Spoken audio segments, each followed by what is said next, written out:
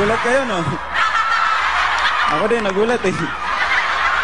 Hindi ko alam kung bakit ako nandito. Pero marami kasi akong pangarap sa buhay. Aside doon sa aside doon sa mga boxing, sa lahat ng mga ginawa ko, world champion boxer na ako, tas congressman pa ako. Pero isa na lang siguro ang mahiling ko, ang maging leading man mo, Ate Shawi. Hindi naman ako nalalayo sa mga naging leading man mo before. Kagaya ni, magkasing kulay naman kami ni Goma. Magkasing galing kami sa English ni Ruben. Tapos siyempre, halos magkamukha kami ni Gabi. Pag nabugbog siya ni Biwider. Pero, alam mo, may pinaplano kasi yung movie para sa inyo ni Goma ngayon, pero alam ko hindi yata matuloy kasi sobrang busy siya. Kaya sabi ko nga, ako na lang ang maging leading man mo at panigurado, kaya ko naman kung ano mga ginagawa nila. At saka, maganda pa kung ako maging leading man mo dahil ako rin ang producer.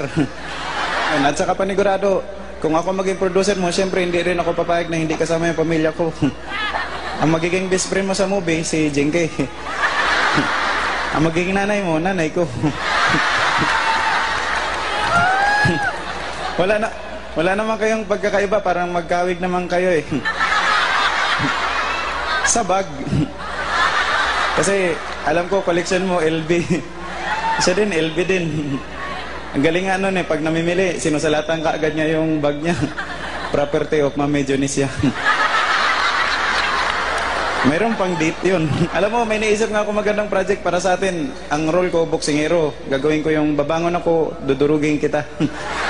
Tsaka yung mano po 6, gawin natin yun. I-revive natin yun. Gawin natin mano-mano po hanggang round 6. Pwede natin gawin yun. Kahit nga yung movie ni Ai, pwede natin gawin yung BFF. Pwede yun. Gawin natin boxer si Pacquiao forever.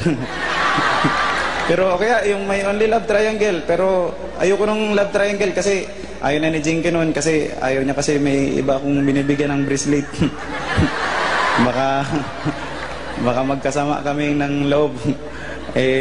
Minsan nga kasi nagtatanong yan si Jinky sa akin, sabi niya, Manny, ba't ang dami-dami mong endorsement? Nagsisilos yata. Sabi ko, ba't hindi ka mag-boxing?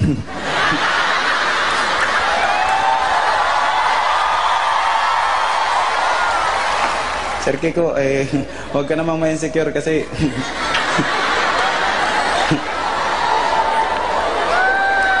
alam ko naman, wala ka naman dapat ika-insecure kasi congressman ako, ikaw senator.